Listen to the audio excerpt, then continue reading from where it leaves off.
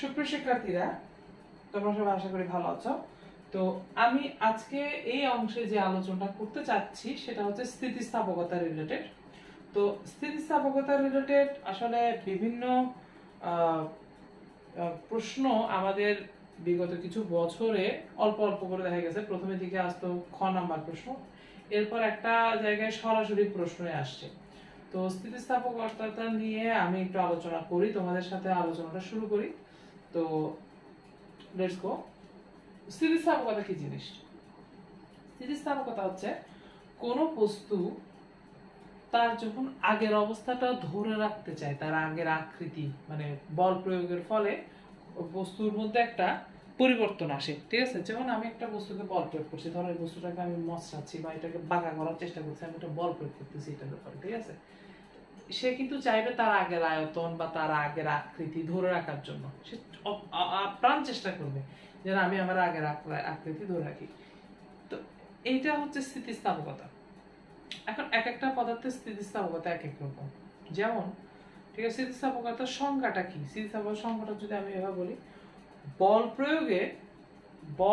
প্রয়োগে বস্তুর আকৃতি পরিবর্তনের যে ক্লান্তি বা বস্তুর আকৃতি পরিবর্তন না হওয়ার জন্য বস্তুর যে চেষ্টা, সেটাই হচ্ছে স্থিতিস্থাপকতা। তবে এটা হচ্ছে তোমাদেরকে বোঝানোর জন্য বলছি, সংজ্ঞা হিসাবে লিখতে গেলে একটু ভিন্ন, সংজ্ঞাটা হিসাবে লিখতে গেলে একটু ভিন্নতা আসবে।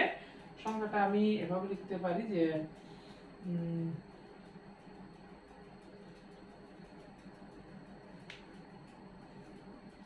বল প্রয়োগে বস্তুর আকৃতি, এভাবে লিখি, বস্তুর আকৃতি পরিবর্তনের জন্য বস্তুর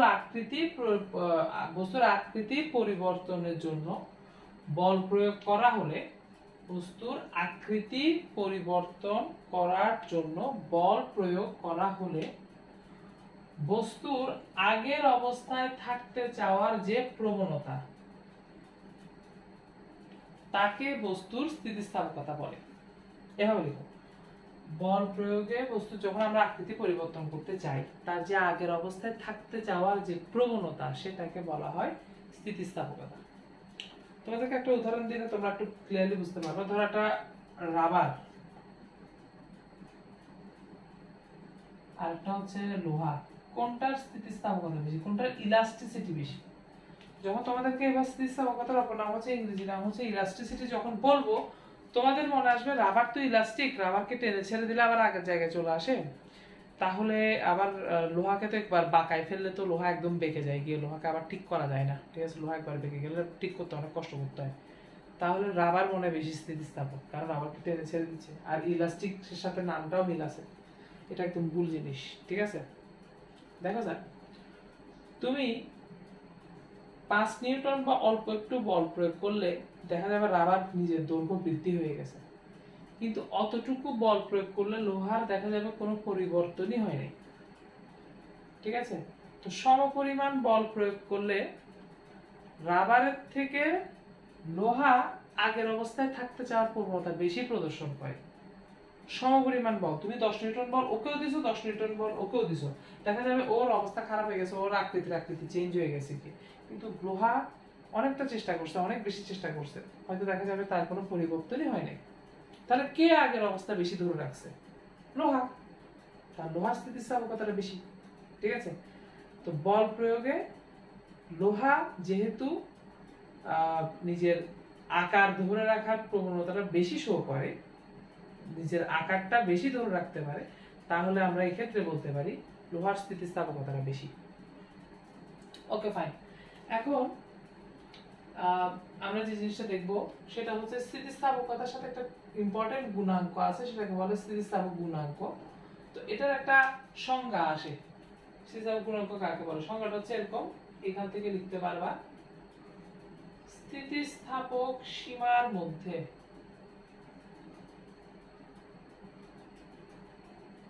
একটা লিমিট আছে স্যার।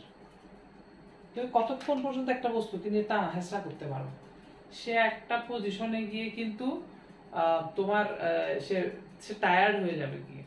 যেমন কিরকম তোমাদেরকে আমি বলি, তোমাদের হাতে হয়তো কোনো কলম বা পেন্সিল, কলম থাকলে কলমে ঢাকনা, তুমি এভাবে কিছুক্ষণ এটাকে ইয়ে করতে থাকো, তো এরপর এটা পরিবর্তন করার চেষ্টা করো, পরিবর্তন করার চেষ্টা করছো। দেখো প্রথম দেখা যাচ্ছে ছেড়ে দেওয়ার মতো আগের অবস্থায় চলে আসতেছে, আবার ছেড়ে দেওয়ার মতো আগের অবস্থায় চলে আসতেছে, ছেড়ে দেওয়ার মাত্র আগের অবস্থায় চলে আসতেছে। তুমি এটা যদি কন্টিনিউয়াস করতে থাকো, এক সময় দেখা যাবে তার মধ্যে একটা বিকৃতি চলে আসছে। বিকৃতি মানে কি জানো, সে দেখতে ঠিক আর আগের মতো থাকবে না। এভাবে যদি কন্টিনিউয়াস আমরা করতে থাকি, তার মাঝখানে কেমন জানি তার আকৃতিটা চেঞ্জ হয়ে যাবে, গিয়ে আকৃতিটা আগের মতো থাকবে না। কেন? কারণ তুমি এখানে সীমা লঙ্ঘন করছো, তুমি এর উপরে বারংবার তার উপর ফোর্স প্রয়োগ করার কারণে তার উইকনেস চলে আসছে, তার স্থিতিস্থাপক সীমাটাকে পার হয়ে চলে গেছে। তখন এই সূত্রটা খাটবে না। তুমি যদি লিমিটের মধ্যে অল্প অল্প করে তুমি টানতে, সামান্য করে এটা টানতে, তাহলে দেখা যেত সে তার মোটামুটি তার আগের শেপে রয়ে গেছে। তাহলে স্থিতিস্থাপক সীমার মধ্যে পীড়ন আর বিকৃতির অনুপাতকে স্থিতিস্থাপক গুণাঙ্ক বলে। আমি আবার বলছি, স্থিতিস্থাপক সীমার মধ্যে পীড়ন ও বিকৃতির অনুপাতকে স্থিতিস্থাপক গুণাঙ্ক বলে। একটু লিখে দিব, যে কোনো জায়গায় সঙ্গে হিসেবে আসতে পারে। স্থিতিস্থাপক সীমার মধ্যে পীড়ন আর বিকৃতির অনুপাতকে স্থিতিস্থাপক গুণাঙ্ক বলে। আচ্ছা, পীড়ন কি জিনিস? আবার পীড়ন হচ্ছে আমরা যখন কোনো বস্তুর উপরে বল প্রয়োগ করি, সেটা হচ্ছে তার ফলে যেটা হয় সেটা হচ্ছে চাপ, আমরা দিচ্ছি চাপ। তো বস্তুর মধ্যে তো স্থিতিস্থাপকতা আছে, সব বস্তুর মধ্যে স্থিতিস্থাপকতা আছে। তুমি, আমি, কলম, পেন্সিল, সারা মহাবিশ্বের প্রত্যেকটা জিনিসের মধ্যে অল্প না অল্প থেকে হলেও স্থিতিস্থাপকতা আছে। তারা বল প্রয়োগে অল্প না অল্প হলেও বাধা দেয়। তো আমি যখন বল প্রয়োগ করতেছি, আমি যেটা দিচ্ছি সেটা চাপ। বস্তু আমাকে একটা প্রতিক্রিয়া বল দিচ্ছে না, বস্তু আমাকে একটা প্রত্যয়নী বল দিচ্ছে না। সে আগের অবস্থায় ফিরে যেতে চায়, সে আগের অবস্থায় রয়ে যেতে চায়। সেখান থেকে তার ভিতর থেকে একটা প্রত্যয়নী বল, না আমি আগের অবস্থায় থাকবো, এরকম একটা প্রত্যয়নী বল জেগে ওঠে। এটাকে বলা হয় প্রত্যয়নী বল। এই প্রত্যয়নী বলকে যখন ক্ষেত্রফল দিয়ে ভাগ করি, যেটা আমরা পাই, সেটাকে বলা হয় পীড়ন। সেটাকেই বলা হয় পীড়ন। ঠিক আছে? তার মানে চাপ আর পীড়ন কিন্তু একই জিনিস বলতে গেলে। চাপ হচ্ছে যেটা আমরা বস্তুকে দিই, আমরা বস্তুর উপর যখন বল প্রয়োগ করি তখন চাপ হয়। আর বস্তু যখন আমাদেরকে রিটার্নে যে প্রত্যয়নী বল দেয়, সেটার জন্য যেটা হয় সেটা হচ্ছে পীড়ন। ঠিক আছে? মজার ব্যাপার হলো, পীড়নের একক কিন্তু নিউটন পার মিটার স্কয়ার, যেটা কিন্তু প্যাসকেলের সাথে অনেক মিল। প্যাসকেল মানে কিন্তু নিউটন পার মিটার স্কয়ার, কিন্তু আমরা যখন পীড়ন হিসাব করব তখন আমরা কিন্তু প্যাসকেল লিখতে পারবো না স্যার, এটা মাথায় ঢুকে রাখো। পীড়নের একক কখনো প্যাসকেল লেখা যাবে না। ঠিক আছে? পীড়ন একক প্যাসকেল না লেখার একটা ব্যাখ্যা আছে। সেটার ব্যাখ্যাটা হচ্ছে, দেখো স্যার, পীড়ন হয় প্রত্যয়নী বলের জন্য। তো সব সময় প্রত্যয়নী বল যে আমি যে পরিমাণ বল দিছি তার সমান হবে এমন কোনো কথা নেই, তার চেয়ে কমও হতে পারে, বেশিও হতে পারে। তো সেজন্য এটাকে কিছুটা ডিফারেন্স রাখার জন্য প্রত্যয়নী বল আর নরমাল আমাদের যে বল বাইরে প্রয়োগ করি, পার্থক্য করার জন্য আমরা প্রত্যয়নী বলের এককটা বা আমরা পীড়নের এককটা চাপের এককে সমান লিখি না। ঠিক আছে? তাহলে আমরা পীড়ন সম্পর্কে একটা সূত্র পেলাম, প্রত্যয়নী বল বাই ক্ষেত্রফল। তো বল মানে হচ্ছে এফ বাই এ, এটা তো আমরা জানি। এখন আসি বিকৃতি কি জিনিস। বিকৃতি হচ্ছে, এখানে আমাদের একটা ছবি দেখে তুমি কিছুটা বুঝতে পারবা। ধরো এটা হচ্ছে একটা বস্তু যার দৈর্ঘ্য হচ্ছে L নট। তুমি এবার দিছো টান, তাকে এখানে ফোর্স প্রয়োগ করছো, এফ ফোর্স প্রয়োগ করছো। এফ ফোর্স প্রয়োগ করার কারণে তার দৈর্ঘ্য ডেল এল পরিমাণ বেড়ে গেছে, অল্প একটু বেড়ে গেছে। তো অল্প বুঝাতে ডেল ইউজ করা হয় আর কি। তো ডেল এল পরিমাণ বেড়ে গেছে, তো তার দৈর্ঘ্য বৃদ্ধি করছে। দৈর্ঘ্য হ্রাসও হইতে পারে যদি আমি উল্টা দিকে বল প্রয়োগ করতাম, মানে আমি তাকে না টেনে চাপ দিয়ে ছোট করার চেষ্টা করতেছি। তো যাই হোক, তো তার দৈর্ঘ্য যদি ডেল এল পরিমাণ বৃদ্ধি পায়, বিকৃতি হবে দৈর্ঘ্য বৃদ্ধি আর আদি দৈর্ঘ্যের অনুপাত। আদি দৈর্ঘ্যের অনুপাতে তার কতটুকু দৈর্ঘ্য বৃদ্ধি হয়েছে সেটাকে বলা হয় বিকৃতি। আদি দৈর্ঘ্যের অনুপাতে তার কতটুকু দৈর্ঘ্য বৃদ্ধি হলো সেটাকে বলা হয় বিকৃতি। তো বিকৃতির এই সংজ্ঞাটা আমরা একটু মনে রাখবো। বিকৃতি মানে হচ্ছে দৈর্ঘ্য বৃদ্ধি বাই আদি দৈর্ঘ্য। এটা নিয়ে আমরা অবশ্যই সামনে ম্যাথ করব। আজকে একটু এটা সম্পর্কে কিছু কনসেপ্ট গ্রো করানোর চেষ্টা করছি, এগুলো নিয়ে আমরা আলোচনা করব সামনে। ঠিক আছে? এবং আলোচনা করলে এটা কনসেপ্টগুলো আরো স্ট্রং ভাবে বিল্ড আপ হবে। তাহলে বিকৃতি হচ্ছে দৈর্ঘ্য বৃদ্ধি ডিভাইডেড বাই আদি দৈর্ঘ্য।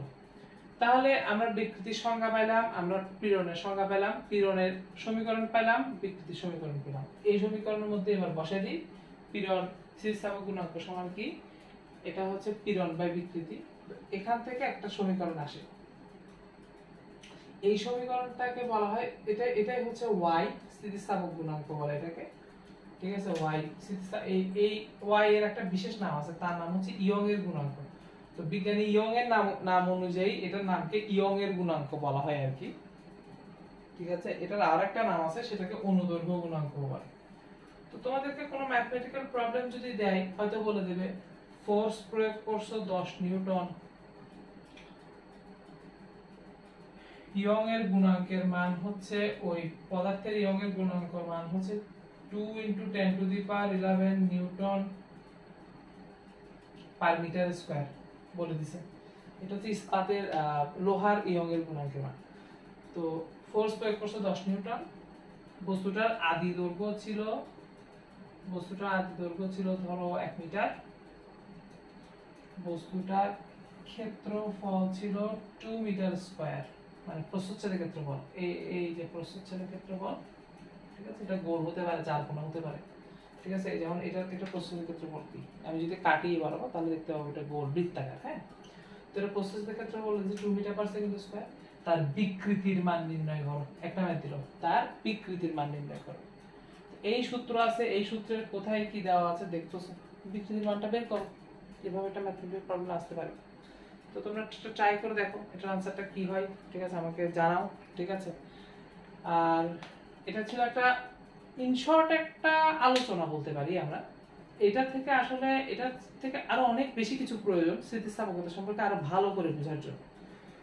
তো আশা করি তোমাদের নেক্সট ক্লাসগুলোতে আমি তোমাদের এই জানার আগ্রহটাকে মেটাতে পারবো, ঠিক আছে, এবং তোমাদেরকে সঠিক কিছু তথ্য দিয়ে তোমাদেরকে সাহায্য করবো, তোমাদের এই জিনিসটা সম্পর্কে তোমাদের যে ধারণাটা সেটা যাতে আরো পরিষ্কার হয়।